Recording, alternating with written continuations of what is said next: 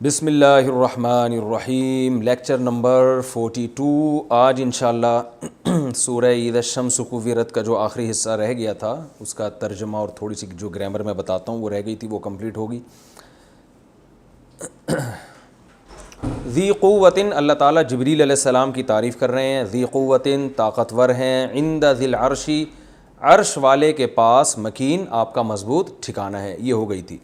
مطاع، اطاعت سے نکلا، یہ اصل میں تھا جیسے اکرما یکرم اکرامن، ٹھیک ہے نا، تو ایسے ہی اطواع یطوع اطواعن، اور اکرما یکرمو کا اس میں فاعل آتا ہے مکرم، اکرام کرنے والا، اور اس میں مفعول آتا ہے مکرم، جس کا اکرام کیا جائے۔ تو اسی طرح مطوع، جس کو مطیع کہتے ہیں نا، بڑا مطیع اور فرما بردار ہے، تو اصل میں تھا مطوع، جس کو پڑھا گیا جاتا ہے مطیع، تو اور مطوع، جس کی اطاعت کی جائے، جس کو پڑھا جاتا ہے مطاع، ٹھیک ہے نا۔ واو الف یا میں نے بتایا تھا نا، حروف گڑبڑی ہیں۔ مطاعن، اطاعت کی جاتی ہے ان کی، ثم، وہاں۔ ایک لفظ ہوتا ہے ثم، ثم کا معنی ہے پھر، اور ایک ہوتا ہے ثم، ثم کہتے ہیں دیر، دیر نہیں ہوتا، where do you want to go, I want to go there, ایسے ہی ہوگا نا، جہاں تم جانا چاہتے ہو میں بھی ادھر ہی، تو دیر یعنی وہاں۔ ثم، یہ ثم ہے۔ مطاعن، اطاعت کی جاتی ہے، ثم، وہاں۔ وہاں سے مراد عالم بالا میں اللہ تعالیٰ کے ہاں جبریل کی اطاعت کرتے ہیں دوسرے فرشتے۔ امین، امانت دار بھی ہیں، یعنی اللہ تعالیٰ جو پیغام دیتے ہیں نا آپ کو نبی تک پہنچانے کے لیے، اس پیغام میں بھی خیانت نہیں ہوتی۔ وما ہوا علی الغیب بضنین، اور نہیں ہے، اچھا، وما صاحبکم بمجنون، اور نہیں ہے تمہارے ساتھی، صاحب ساتھی کو کہتے ہیں جو تمہارے ساتھ رہنے والے، یعنی محمد صلی اللہ علیہ وسلم، مجنون، بی یہ زائد، با جو ہے نا زائد ہوتا ہے، وما، ما کا معنی نہیں، صاحبکم تمہارے ساتھی مجنون، وہ بھی مجنون نہیں ہے، یعنی اس کلام کو لانے والے بھی معزز فرشتے، اور جن پہ کلام لایا جا رہا ہے وہ بھی کوئی مجنون اور دیوانے معاذ اللہ نہیں ہے۔ وَلَقَدْ رَآهُ بِالْأُفُقِ الْمُبِينِ، اب ایک اشکال ہو سکتا ہے کہ محمد صلی اللہ علیہ وسلم کو ہو سکتا ہے کوئی وہم ہوا ہو معاذ اللہ، نقل کفر، کہ پتہ نہیں یہ کوئی فرشتہ ہے یا اپنے ذہنی خیالات ہیں، تو اللہ فرماتے ہیں ایسا نہیں ہے، انہوں نے نبی صلی اللہ علیہ وسلم نے ان فرشتے کو اپنی اصل حالت میں بھی دیکھا ہے، یعنی علی وجہ البصیرہ اللہ کا پیغام آپ لوگوں تک پہنچا رہے ہیں۔ بعض گوروں نے جنہوں نے نبی صلی اللہ علیہ وسلم کی سیرت پڑھی اور آپ کے حالات پڑھے تو ان کا ایمان تو نہیں لائے، ان کا یہ تجزیہ تھا کہ محمد صلی اللہ علیہ وسلم ایک بہت نائس ایک پرسن تھے، ایک بہت اچھی شخصیت تھے، اور ان کو وہ قوم کا درد رکھتے تھے، تو ان کو یہ وہم کچھ ہونے لگا تھا کہ مجھ پر وحی نازل ہوتی ہے، یعنی جیسے انسان جو ہے نا قوم کے لیے اچھا سوچتا ہے تو اس کو یہ وہم ہوتا ہے کہ خدا کی طرف سے مجھے یہ چیزیں بتائی جا رہی ہیں، تو جیسے وحی کی کیفیت آتی ہے نا، آپ کو کپ کپی طاری ہوتی تھی اور آپ پہ پسینہ آ جایا کرتا تھا شدید سردی میں بھی، تو انہوں نے کہا ان کو معاذ اللہ نقل کفر ایک نفسیاتی بیماری سے تعبیر کیا انگریز نے، یعنی وہ نبی کے دفاع میں کہہ رہا ہے کہ یہ جھوٹے نہیں تھے، کیونکہ آپ کی سیرت ایسی ہے کہ کہیں سے ان صفات کا حامل انسان جھوٹا ہو ہی نہیں سکتا، تو اس نے کہا یہ کچھ نفسیاتی کیفیات آپ پر طاری ہوتی تھیں، اور جن کیفیات کی بیس پہ آپ یہ سمجھتے تھے کہ مجھ پر وحی آ رہی ہے، اور آپ لوگوں کو اچھی اچھی باتیں بتایا کرتے تھے، تو اللہ تعالیٰ ان سب باتوں کی نفی کر رہے ہیں۔ کافروں میں بھی درجات ہوتے ہیں نا، بعض تو آپ کو معاذ اللہ جھوٹا کہتے ہیں، بعض کہتے ہیں نہیں آپ بہت اچھے تھے، جھوٹ نہیں بولتے تھے، لیکن یہ آپ کو وہم ہو گیا تھا کہ مجھ پر، یعنی آپ کے اپنے معاذ اللہ تخیلات تھے جن کو آپ یہ سمجھتے تھے کہ یہ گاڈ گفٹڈ ہیں، یہ اللہ کا کلام ہے جو مجھ پہ نازل ہو رہا ہے، معاذ اللہ ہم تو یہ کہتے ہیں یہ بہتان ہے آپ صلی اللہ علیہ وسلم پر۔ تو اللہ فرما رہے ہیں کہ بالکل کلیئر ہے، یہ ان کو وہم نہیں ہے، بلکہ جبریل وہ بھی اللہ کے ہاں بڑا مقام ہے، اور محمد صلی اللہ علیہ وسلم بھی مجنون نہیں ہے، کیونکہ یہ جن پر جنونی کیفیت طاری ہوتی ہے نا ان کو اس قسم کے وہم ہونا شروع ہو جاتے ہیں۔ آپ بھی آپ کو وہمی لوگ نظر آئیں گے نا، یار مجھے آج الہام ہوا، آج مجھے یہ، تو وہ تو پاگل ہوتے ہیں نا، دیوانے ہوتے ہیں۔ تو اللہ فرماتے ہیں وما صاحبکم بمجنون، تمہارے جو ساتھی ہیں وہ مجنون اور دیوانے نہیں ہیں، اور ان کو ساتھی بھی اس لیے کہا جا رہا ہے، یہ نہیں کہا وما محمد بمجنون کہ محمد مجنون نہیں ہے، بلکہ صاحب کے لفظ میں اشارہ ہے کہ وہ تو تمہارے ساتھ رہتے ہیں، ساتھ رہنے والے کو تو انسان سمجھ جاتا ہے کہ وہ عقل مند ہے یا مجنون ہے، تو اسی صاحب کے لفظ میں دلیل بھی ہے کہ بھائی جو تمہارے ساتھ صبح و شام اٹھتا بیٹھتا ہے تم اس کو زیادہ جانتے ہو, تمہارے ساتھ 40 سال انہوں نے گزار دیے, تو وہ مجنون نہیں ہے. یعنی صاحب کے لفظ میں دلیل بھی ہے اس دعوے کی. وَلَقَدْ رَآهُ, رآ اصل میں تھا رآ یا ضربہ کی طرح, اور البتہ تحقیق لام بھی تاکید کے لیے, قد بھی تاکید کے لیے, واو کا معنی, اور رآ اصل میں کیا تھا, رآ یا ضربہ کی طرح, دیکھنے رؤیت سے نکلا ہے. اور تحقیق محمد صلی اللہ علیہ وسلم نے دیکھا ہے اس فرشتے کو بالافق, افق کہتے ہیں کنارے کو, آفاق اس کی جمع آتی ہے نا, آفاق, شاعری میں یہ لفظ بہت استعمال ہوتا ہے, کہتے ہیں نا افق. جو طلبہ مدارس کے وہ تو جانتے ہیں, افق ابیض اور احمر اس طرح کے الفاظ کنارے کو بولتے ہیں. ایک کنارہ مشرق میں ہوتا ہے آسمان کا, اور ایک کہاں ہوتا ہے, مغرب میں.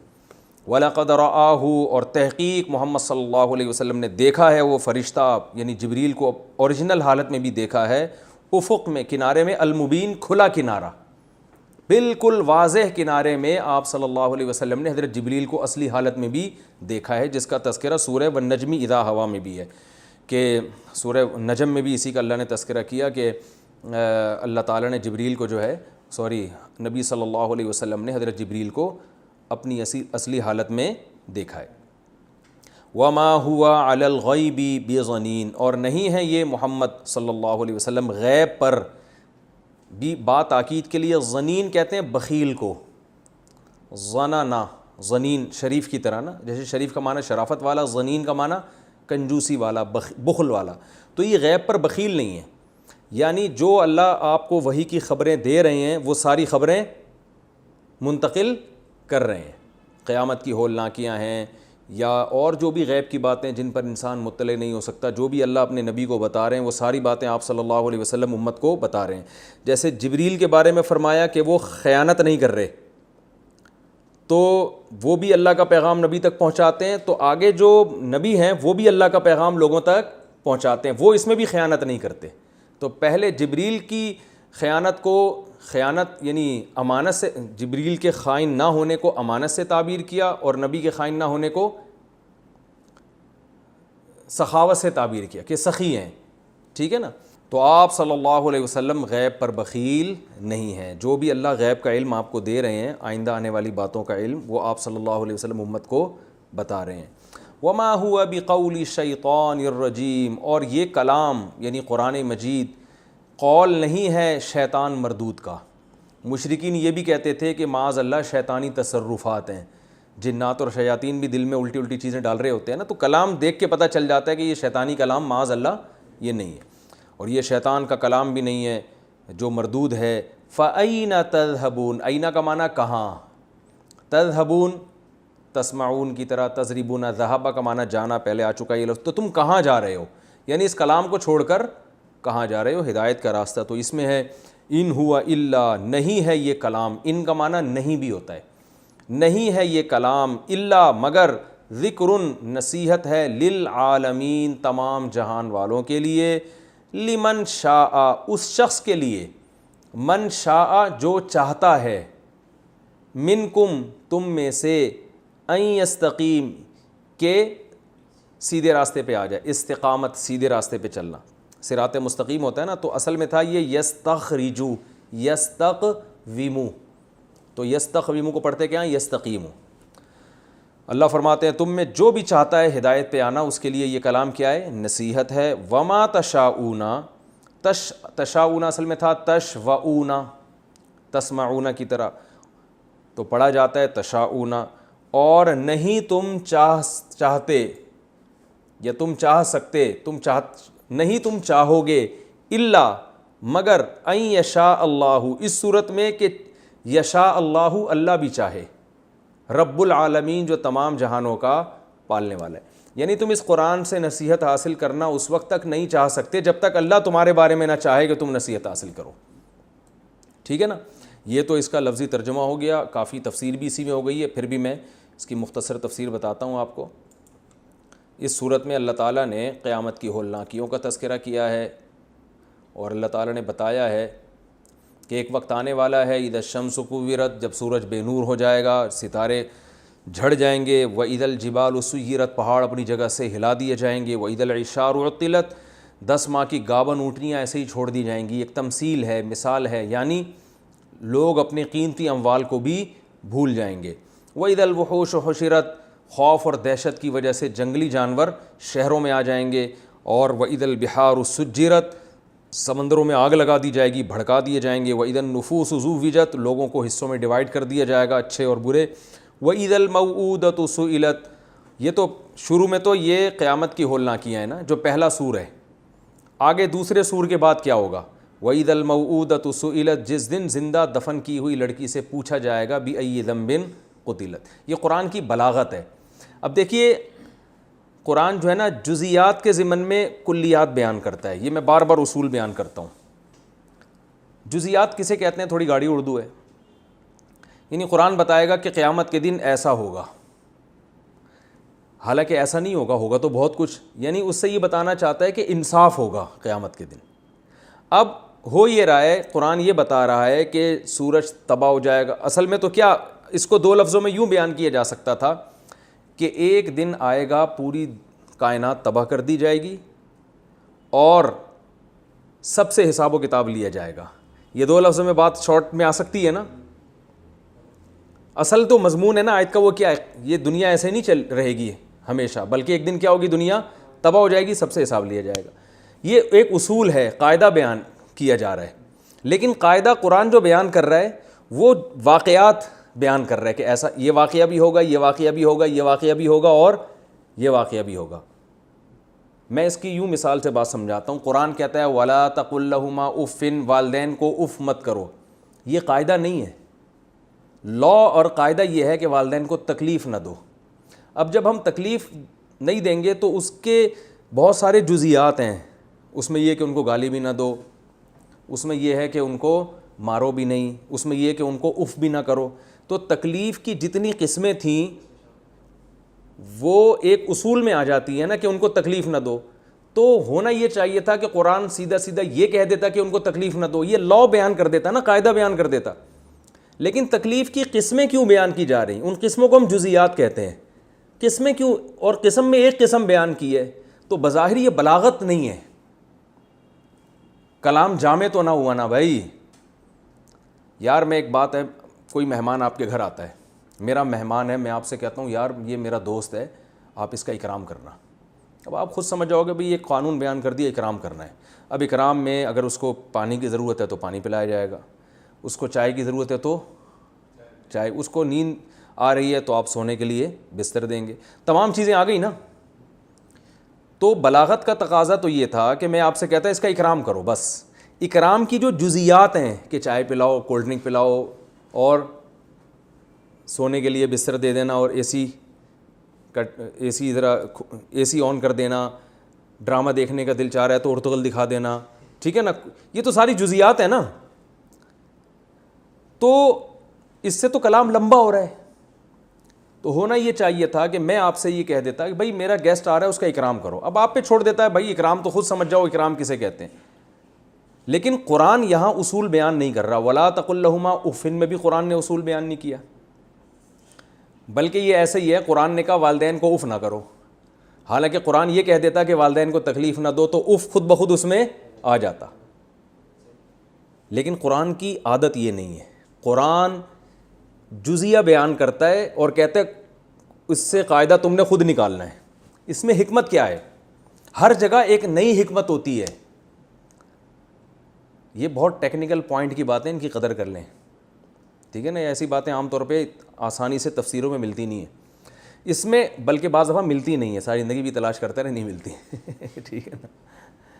وَلَا تَقُل لَّهُمَا اُفٍّ قرآن نے اس لیے کہا ہے کہ قرآن اگر اصول بیان کرتا نا کہ والدین کو تکلیف نہ دو, یہ اصول ہے, تو اس میں ہو سکتا ہے بہت سے لوگ کہتے ہیں بھائی اف کہنے میں تو کوئی تکلیف ہے نہیں, اتنی چھوٹی سی تکلیف ہے کہ یہ اس اصول میں داخل ہے ہی نہیں. لہذا قرآن نے اف کی مثال دی جو تکلیف میں سب سے کم درجے کی تکلیف سمجھی جاتی ہے. بھائی کسی کو آپ کہہ دو اف, اس سے اس کو کتنی تکلیف ہوگی؟ بہت معمولی سی. تو قرآن نے جزیہ بیان کر دیا کہ جب میں اتنی سی تکلیف برداشت نہیں کر سکتا تو گالی دینا یا ان کو مارنا یہ تو بہت دور کی بات ہے. تو اصول جو قاعدہ اور ضابطہ تھا نا کہ بالکل بھی تکلیف نہیں دینی, یہ قاعدہ اور ضابطہ اگر اس طرح سے بیان کیا جاتا کہ بالکل نہیں دینی تو بات سمجھ میں نہ آتی، بلکہ تکلیف کی ایک قسم بیان کر دی، وہ قسم جس میں تکلیف بہت کم ہوتی ہے، وہ بیان کر کے قرآن نے اصول سمجھا دیا کہ جب اتنی تھوڑی سی تکلیف دینا جائز نہیں ہے تو اس سے اونچے درجے کی تکلیف تو بالکل ہی حرام ہے۔ اس کی اب مثال میں مہمان پہ فٹ کرتا ہوں۔ یہ عثمان بھائی بیٹھے ہوئے ہیں، میں نے کہا کہ میرا مہمان ہے، ان کا اکرام کرنا۔ اب مجھے ڈر یہ لگ رہا ہے کہ یار یہ ان کا لائف اسٹائل الگ ہے، مہمان آیا ہے جناب، وہ سعودی عرب کے رائل فیملی سے اس کا تعلق ہے، اب ہو سکتا ہے یہ اس کو ایک ایئر کنڈیشن روم دے دیں اور ایک چائے منگوا کے اس کے سامنے رکھ دیں، اس کو یہ سمجھ رہے ہوں گے کہ کیا یہ اکرام ہے، تو وہاں میں ڈیٹیل میں جاؤں گا، میں اصول نہیں بیان کروں گا کہ اس کا اکرام کرو، میں کہوں گا یار ان کے یہاں اکرام کی ڈیفینیشن الگ ہے اور وہ رائل فیملی کا ہے، جو چیز ان کے یہاں اکرام سمجھی جاتی ہے وہ اس کے ہاں توہین سمجھی جاتی ہے، یہ اس کو بریانی اور جو ہے نا قورمہ لا کے رکھ دیں گے، سمجھ رہے ہیں نا، وہ بکرے کی چانپیں کھانے کے عادی ہیں، ٹھیک ہے، یہ ان کو جو ہے نا وہ قورمہ لا کے رکھ دیں گے اور سمجھیں گے میں نے کیا کیا ہے، اکرام کیا ہے، تو ان کو تو بھائی زیتون چاہیے، اور زیتون بھی یہاں کا ڈالڈا والا زیتون نہیں چاہیے، ان کو تو کوئی زیتون بھی کوئی شام اور فلسطین کا زیتون اور انجیر اور پتہ نہیں کیا کیا، اور گھر میں تو بٹھانا ہی نہیں، ان کو تو ہوٹل دینا ہے رینٹ پہ لے کے، ان کو تو کوئی بہت ہی کوئی لگژری قسم کا کمرہ جو ہے نا وہ رینٹ پہ لے کے دیں، اپنے گھر میں تو رکھنا ہی نہیں ہے، ٹھیک ہے نا۔ تو یہاں میں قاعدہ کلیہ بیان نہیں کروں گا، یہاں میں جزیات بیان کروں گا کہ بھائی عثمان بھائی ایک گیسٹ آ رہے ہیں، تو ایسا ہے کہ ان کو آپ شیرٹن ہوٹل میں ایک کمرہ بک کر کے دے دیں، ٹھیک ہے نا، اور ہوٹل والے سے کہہ دیں بھائی تو بل کی پرواہ نہ کر، اب یہ جزیات بیان ہو رہی ہیں نا، بھائی تو بل کو چھوڑ دے کہ کتنا بل بنے گا، وہ سب ہدیے کی شکل میں واپس، جب یہ بادشاہ سلامت خوش ہو کے واپس جائیں گے نا تو وہ مجھے بھی نواز دیں گے اور تجھے بھی نواز دیں گے۔ تو یہاں میں جزیات بیان کروں گا، یہاں میں کلیات یہ نہیں کہوں گا کہ بس اکرام۔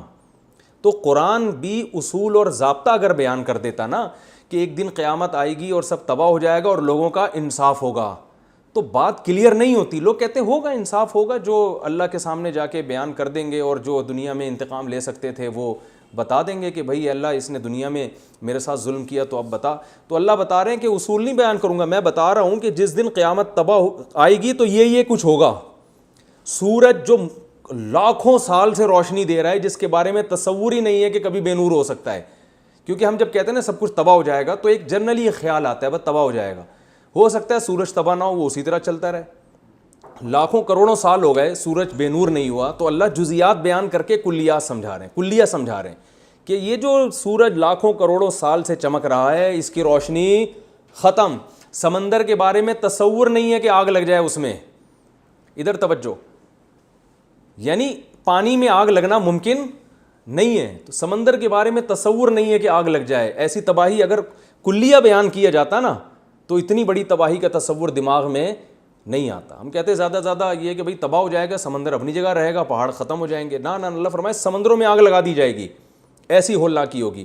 اور جب حساب و کتاب کی باری آئی تو یہ نہیں کہا کہ سب کا حساب ہوگا، بلکہ اللہ نے فرمایا زندہ دفن کی ہوئی لڑکی سے پوچھا جائے گا بتا تجھے کس جرم میں قتل کیا گیا، یعنی ایسے لوگوں کے مجرموں سے بھی انتقام لیا جائے گا دنیا میں جس کے مجرم سے انتقام کا تصور ہی نہیں ہے، کیونکہ جب کوئی کسی کو قتل کرتا ہے تو وارث انتقام لیتے ہیں نا، بھائی باپ بیٹے کو اگر کوئی قتل کر دے تو باپ کھڑا ہوگا کہ میرے بیٹے کو کس نے مارا، بھائی کو اگر بھائی قتل کر دے تو بھائی کھڑا ہوگا کہ میرے بھائی کو کس نے مارا۔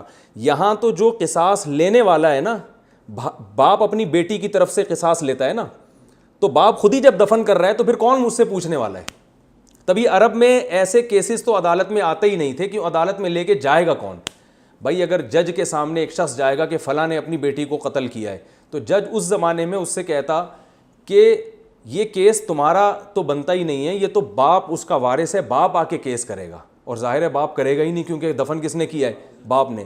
تو ایسے کیسز دنیا میں اس میں انصاف ملنے کی امید بالکل بھی نہیں ہوتی۔ تو اللہ نے اگر یوں بیان کر دیتے کہ ایک دن دنیا تباہ ہو جائے گی اور لوگوں سے انصاف لیا جائے گا تو کتنا گہرا انصاف ہوگا، یہ بات سمجھ میں نہیں آتی۔ اس لیے اللہ نے اس کے لیے ایک مثال دے دی کہ وہ انصاف اتنا گہرا ہوگا کہ وَإِذَا الْمَوْعُودَةُ سُئِلَتْ زندہ دفن کی ہوئی لڑکی سے اللہ خود پوچھے گا بتا تجھے کس جرم میں قتل کیا گیا. یعنی اس کا طرف سے جو ولی ہوگا وہ اللہ ہو جائے گا, حالانکہ ایسی لڑکیوں کو انصاف کی توقع تھی نہیں. تو جب ان لوگوں سے بھی انصاف لیا جائے گا تو باقی لوگ جن کے مطالبہ کرنے والے بہت سے ہوں گے ان کا کیوں نہیں ہوگا, کیونکہ اس لڑکی کے بارے میں تو اللہ ولی ہوگا نا. اور باقی جو قتل دنیا میں ہوئے ان کے تو بہت سے لوگ, قاتل خود کھڑا ہوگا, مقتول خود کھڑا ہوگا, قاتل کا بھائی آ جائے گا, مقتول کا بھائی آ جائے گا, بہنیں وراثت لینے کے لیے آ جائیں گی. وہاں تو اللہ کے علاوہ بھی اتنے سارے مطالبے ہیں, تو وہ تو بطریق اولا وہ کیسز کھلیں گے, ان کی فائلیں کھلیں گی. سمجھ میں آ رہی ہے بات کہ نہیں آ رہی؟ تو یہ بتانا مقصد ہے. یہ قرآن میں یہ اصول جس کو سمجھ میں آ جائے نا, کہ یہ لفظ یاد کر لیں, قرآن جزیات کے ضمن میں اصول اور قاعدے بیان کرتا ہے, یہ قرآن کی عادت ہے. تو اللہ تعالیٰ فرماتے ہیں وَإِذَا الْمَوْعُودَةُ سُئِلَتْ, جس دن زندہ دفن کی ہوئی لڑکی سے پوچھا جائے گا بِأَيِّ ذَنبٍ قُتِلَتْ, بتا کس جرم میں تجھے قتل کیا گیا, اسے کس جرم میں قتل کیا گیا تھا, اللہ تعالیٰ پوچھے گا. وَإِذَا الصُّحُفُ نُشِرَتْ, اور جس دن صحیفوں کو کھول دیا جائے گا, اعمال نامے فائلیں کھلیں گی, اور آسمان کو لپیٹ یعنی آسمان کے چمڑے کو کھینچ دیا جائے گا, یعنی آسمان کو کھول دیا جائے گا, جہنم کو مزید بھڑکا دیا جائے گا, جنت کو سجا کے قریب لایا جائے گا. عَلِمَتْ نَفْسٌ مَا أَحْضَرَتْ, کسی بھی نفس نے جو کچھ بھی کیا ہوگا, جو کچھ حاضر کیا ہوگا وہ سب اپنی آنکھوں سے دیکھ لے گا. فَلَا أُقْسِمُ بِالْخُنَّسِ, اب آگے اللہ تعالیٰ نے قسمیں اٹھائی ہیں کہ یہ قرآن اللہ کا کلام ہے اور لانے والے جبریل ہیں, اور جن پر لایا جا رہا ہے وہ بھی مجنون اور دیوانے نہیں ہیں, ان بھی پورے ہوش و حواس ہیں, ان کے پورے بصیرت کے ساتھ وہ اس کو اللہ کا کلام سمجھ کے آپ تک پہنچا رہے ہیں. تو جبریل کی تعریف ہے وہ ترجمے میں تفصیل سے ہو چکی ہے, اور اللہ نے نبی صلی اللہ علیہ وسلم کی تعریف کی بھی کی, وما صاحبکم بمجنون, تمہارے ساتھی دیوانے, کیونکہ بہت سارے آپ پہ نا الزام لگائے جاتے تھے. بعض کہتے تھے کذاب ہیں, معاذ اللہ جھوٹے ہیں, بعض کہتے تھے دیوانے ہو گئے, ان کو ہوش نہیں ہے. تو اللہ نے ایک اور جگہ فرمایا کہ تم اکیلے کھڑے ہو جاؤ, تقوموا للہ مثنی و فرادا, کہ تم لوگ نا 2-2 3-3 کی ٹولیاں بنا کے اکیلے کھڑے ہو کے سوچو, ما بصاحبکم من جنہ, تمہارے ساتھی میں کوئی جنون نہیں ہے, کیونکہ جنون کی کوئی علامت ان میں نہیں پائی جاتی. جو مجنون ہوتے ہیں نا, دیوانے ہوتے ہیں, پاگل ہو جاتے ہیں, وہ اوپر سے کیا ہو جاتے ہیں, جیسے جتنے بھی روحانی علاج والے لوگ ہیں آپ دیکھیں, یہ کوئی ایسا نہیں ہوتا کہ ساری باتیں ٹھیک کر رہے ہوں ایک خراب کر رہے ہوں. جب آپ ان کے ساتھ بیٹھ کے باتیں سنیں گے تو آپ کو 90 باتیں عجیب سی لگیں گی, کہ یہ 10 باتیں ایسی ہوں گی جو نماز روزے کی جو بالکل نارمل باتیں ہوتی ہیں. تو جو مجنون ہوتا ہے نا, جو پاگل ہوتا ہے, وہ تھوڑا پاگل نہیں ہوتا, وہ یا تو پورا پاگل ہوگا یا بالکل کیا ہوگا, کیونکہ دماغ جب تھوڑا سا کریک ہوتا ہے نا تو آدمی ہر تھوڑی دیر کے بعد الٹی پھینک رہا ہوتا ہے. تو یہ روحانی علاج والوں میں تو میں نے بہت دیکھا ہے یہ سب. تو اللہ تعالیٰ فرماتے ہیں وما صاحبکم بمجنون, تمہارے ساتھی کیا ہیں, وہ مجنون بھی نہیں ہیں, اور انہوں نے اپنی آنکھوں سے جبریل علیہ السلام کو دیکھا بھی ہے, اور غیب پر بخیل بھی نہیں ہے, اللہ کا جو کلام ہے تم تک پہنچا رہے ہیں, اور یہ شیطان مردود کا کلام نہیں ہے. فَأَيْنَ تَذْهَبُونَ, تو یہ سب کے بعد تم کہاں جا رہے ہو اس کلام کو چھوڑ کر. اور یہ کلام تمام جہان والوں کے لیے نصیحت ہے, اور خاص طور پر تم میں جو چاہتا ہے کہ سیدھے راستے پہ چلے. ایک تو ہے نصیحت تو سب کے لیے, لیکن آگے اللہ نے فرمایا اس شخص کے لیے جو سیدھے راستے پہ چلنا چاہتا ہے. یعنی ایک تو جنرلی سب کے لیے نصیحت ہے, لیکن فائدہ اس کو ہوگا جو سیدھے راستے پہ چلنا چاہتا ہے. اور آگے اللہ نے فرمایا تم چاہ نہیں سکتے جب تک اللہ نہ چاہے. تو یہ اس پہ اشکال ہوتا ہے کہ جب اللہ ہی نہیں, ہم تو چاہیں گے بھی تو اللہ جب تک نہ چاہے. تو یہ خوب ذہن میں رکھیں کہ ہر چیز کا خالق اللہ ہے. ہم اگر چاہتے ہیں نا تو چاہت بھی ایک عمل ہے نا, ایک مخلوق ہے, اس چاہت کو پیدا کرنے والا بھی کون ہے, اللہ ہے.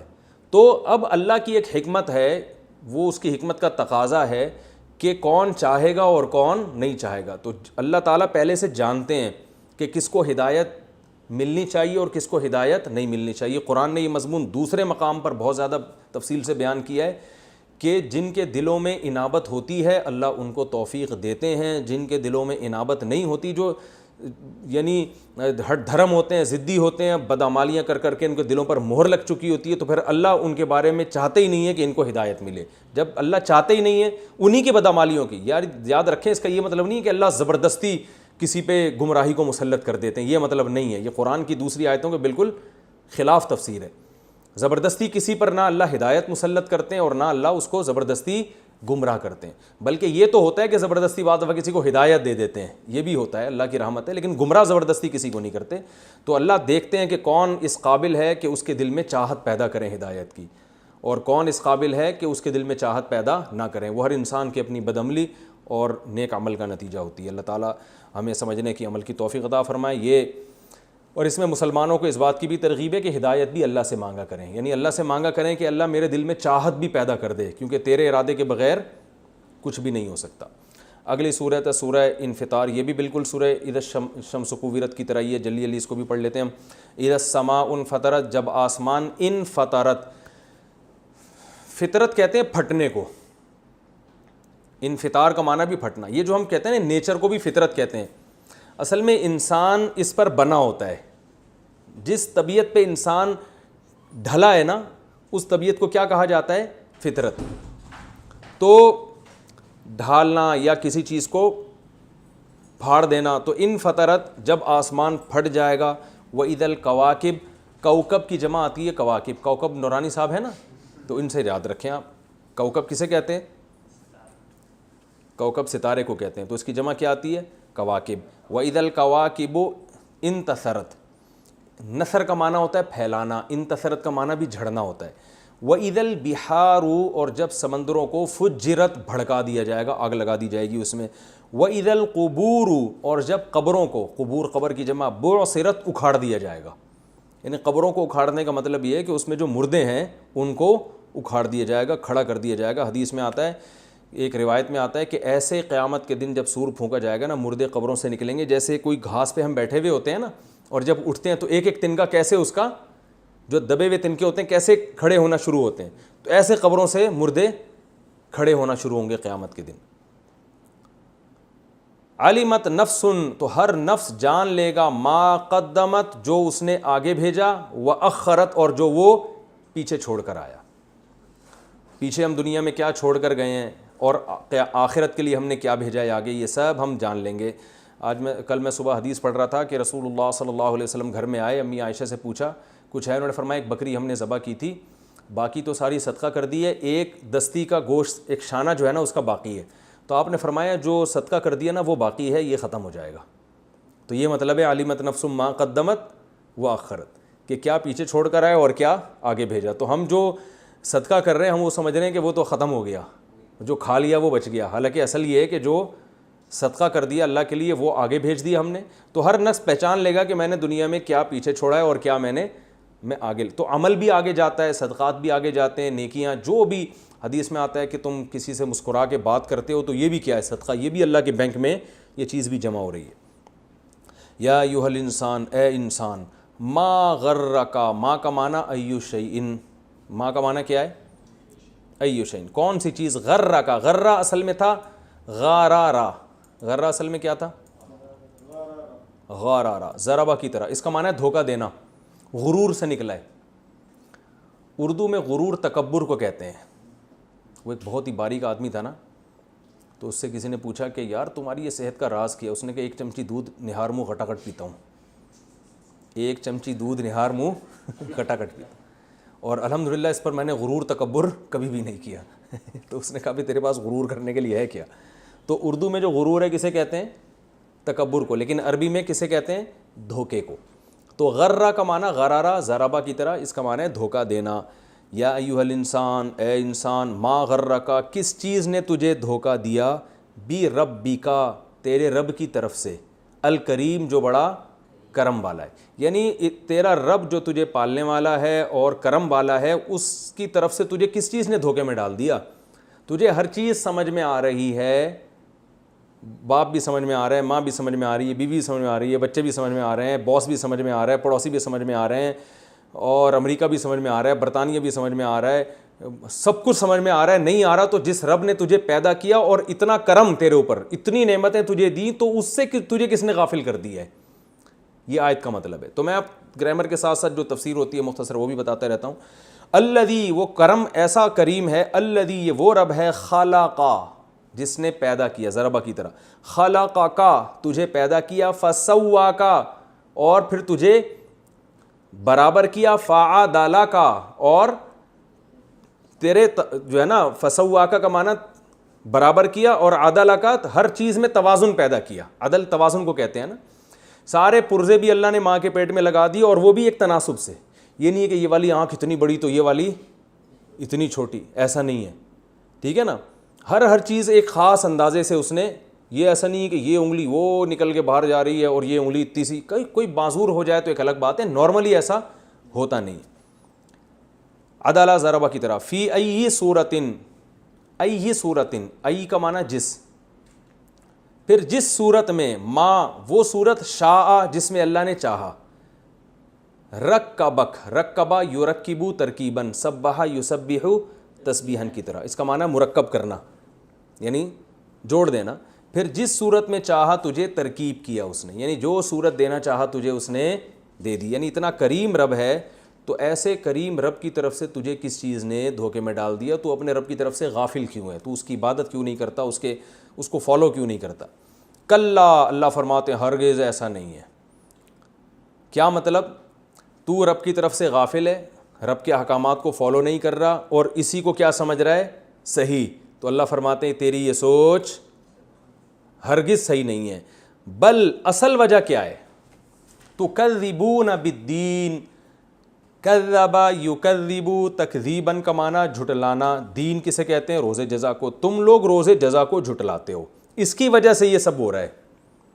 اگر تمہیں خوف ہو نا کہ ایک دن قیامت میں اللہ کے سامنے حساب و کتاب دینا ہے، تو پھر کوئی بھی رب کی طرف سے غافل نہ ہو.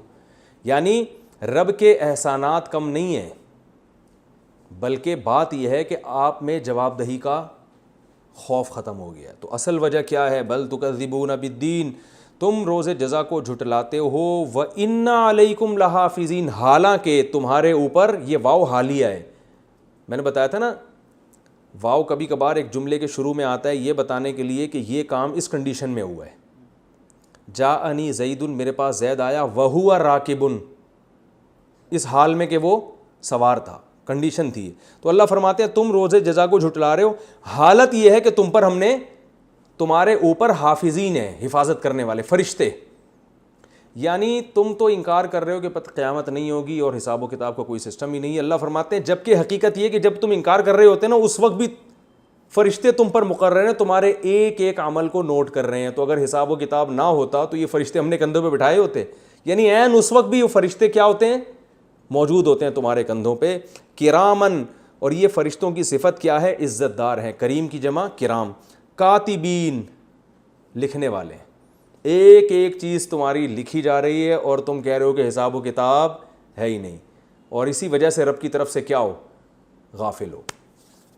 یعلمون، یہ جانتے ہیں، ما ان کاموں کو، تفعلون جو تم کرتے ہو، تمہارے ایک ایک عمل کو یہ نوٹ کر رہے ہیں. پھر آگے اللہ فرماتے ہیں حساب و کتاب ہوگا. ان الابرار، بے شک نیک لوگ. ابرار بر کی جمع ہے، بر نیک آدمی کو کہتے ہیں، ابرار اس کی جمع. لفی نعیم، لام تاکید کے لیے، فی کا معنی میں، نعیم کا معنی نعمتوں میں. بے شک نیک لوگ کس میں ہوں گے؟ نعمتوں میں ہوں گے. وَإِنَّ الْفُجَّارَ، اور فجار فاجر کی جمع ہے، جیسے کافر کی کفار آتی ہے.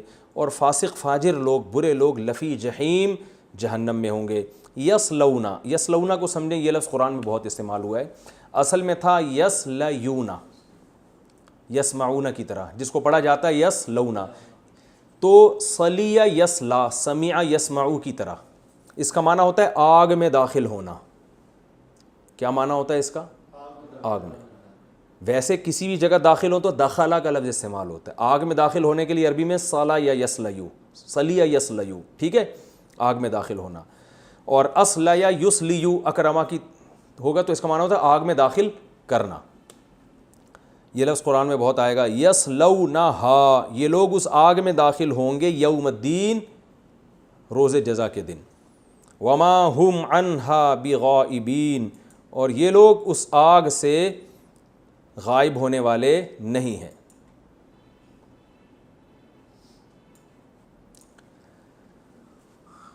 وما ادراک ما یوم الدین، اور آپ کو کیا خبر کہ یوم جزا کیا ہے. ثم ما ادراک ما یوم الدین، پھر ہم آپ کو بتائیں کہ آپ کو کیا خبر کہ روز جزا کیا ہے. یوم، یہ وہ دن ہے، لا تملک نفس لنفس شیئا، جس دن مالک نہیں ہوگا، تملکو یضربو یضربان یضربون تضربو، ٹھیک ہے نا، مالک نہیں ہوگا تملکو نفس، کوئی بھی نفس، لنفس کسی بھی نفس کے لیے، شیئا کسی بھی چیز کا، کوئی کسی کا مالک نہیں ہوگا، کوئی کسی کو زبردستی بخشوا نہیں سکتا، یہ مطلب ہے۔ ہاں جو مسلمان شفاعت کریں گے اللہ کی مرضی سے، وہ تو خود مالک نہیں ہوں گے نا، وہ تو اللہ مالک ہوگا، تو اللہ اگر کسی کو اجازت دے دے کسی کی سفارش کرنے کا، اور اس کی کچھ شرطیں اللہ نے لگائی ہوئی ہیں، تو وہ ٹھیک ہے، وہ تو قرآن و سنت سے ثابت ہے۔ یہ وہ دن ہوگا جس دن کوئی نفس کسی کا مالک نہیں ہوگا، والامر، اور معاملہ یعنی حکومت اور امر جو ہے، یومئذ جس دن ایسا ہوگا، للہ صرف کس کے لیے ہے؟ اللہ کے لیے۔ دنیا میں ظاہری طور پر انسانوں کی حکومت بھی چلتی ہے، لیکن قیامت کے دن صرف اور صرف کس کی ہوگی؟ اللہ کی حکومت ہوگی۔ بہت آسان ہے، اس کا میں صرف ترجمہ کر دیتا ہوں، سورت کی زیادہ کوئی تفسیر نہیں ہے۔ جب آسمان پھٹ جائے گا، ستارے جھڑ جائیں گے، سمندروں میں آگ لگے گی، قبروں سے مردے اکھیڑ دیے جائیں گے، تو وہ وقت ہوگا جب انسان دیکھ لے گا جو کچھ اس نے چھوڑ کر آیا اور جو آگے بھیجا۔ اللہ تعالیٰ انسان سے شکایت کرتے ہیں، اے انسان تجھے کیا ہو گیا، تو اپنے رب کی طرف سے تجھے کس نے دھوکے میں ڈال دیا؟ ایسا کریم رب ہے جس نے تجھے پیدا کیا اور ہر لحاظ سے برابر کیا، اور جس صورت میں چاہا تجھے، اور ہرگز ایسا نہیں ہے جیسا تو سمجھتا ہے، تم قیامت کے دن کا انکار کرتے ہو، حالانکہ تم پر ہم نے فرشتے متعین کیے ہوئے ہیں جو بڑے عزت دار ہیں، کاتبین ہیں، لکھنے والے ہیں، تمہارے اعمال کو جانتے بھی ہیں۔ کہتے ہیں دایاں جو فرشتہ ہے نا، وہ کیا کرتا ہے؟ نیکیاں لکھتا ہے، اور جو بائیں کندھے پہ بیٹھا ہوا ہے وہ، اب آپ اندازہ لگا لو اگر وہ مخلوق ہم دیکھ لیں تو کتنے نیک بن جائیں نا، ہیں؟ یعنی ہمیں پتہ ہو ہم کہیں بیٹھے ہوئے غیبت کر رہے ہیں، لکھی جا رہی ہے ایک ایک چیز۔ تو یہی تصور بس اللہ نے چھپا دیا ہے۔ یہ فرشتہ یہ بھی لکھ رہا ہے کہ مفتی صاحب بیٹھ کے کیسی باتیں کر رہے ہیں، وہ یہ بھی لکھ رہا ہے کہ صرف باتیں ہی کر رہے ہیں یا عمل بھی ہے ان کا کہ نہیں ہے، ایک ایک چیز۔ تو انسانوں کو تو دھوکہ دے سکتا ہے نا، تو اس لیے بھائی بڑے خوف کی بات ہے، یہ بڑے خوف کا مقام ہے، ایک ایک چیز لکھی جا رہی ہے۔ یعلمون ما تفعلون، تم جو کچھ کر رہے ہو وہ فرشتے جانتے ہیں۔ ان الابرار لفی نعیم، بے شک نیک لوگ نعمتوں میں ہوں گے، وان الفجار لفی جحیم، اور برے لوگ جہنم میں ہوں گے۔ یہ فرشتے، بعض علماء کہتے ہیں کہ جب ہم بیت الخلاء جاتے ہیں تو یہ فرشتے ہٹ جاتے ہیں، یا اس طرح کوئی حیا کے خلاف کام ہوتا ہے، جیسے کوئی آدمی اپنی زوجہ کے پاس جائے تو یہ فرشتے ہٹ جاتے ہیں۔ پھر اللہ نے دوسرا نظام کیا ہوا ہے محفوظ کرنے کا، قرآن میں آتا ہے، یہ زمین بھی ریکارڈنگ پہ لگا ہوا ہے، یہ بھی ہمارے ایک ایک حرکت کو نوٹ کر رہی ہے، ہمارے اپنے جسم کے اعضاء ہماری حرکتوں کو نوٹ کر رہے ہیں۔ وما ہم عنہا بغائبین، اور یہ جہنم سے بھاگنے والے، غائب ہونے والے نہیں ہیں، آ کے رہیں گے۔ اور آپ کو کیا خبر کہ وہ کیسا دن ہے، پھر ہم بتائیں کیا خبر کیسا دن ہے۔ یہ وہ دن ہے جس دن کوئی کسی کا مالک نہیں ہوگا، اور حکم صرف اور صرف کس کا چلے گا؟ اللہ کا۔ ایک علمی نکتے کی بات ہے اس آیت میں، بعض علماء نے کہا کہ یہ جو قرآن میں آتا ہے نا، اے انسان تجھے کریم رب سے کس چیز نے دھوکے میں ڈال دیا؟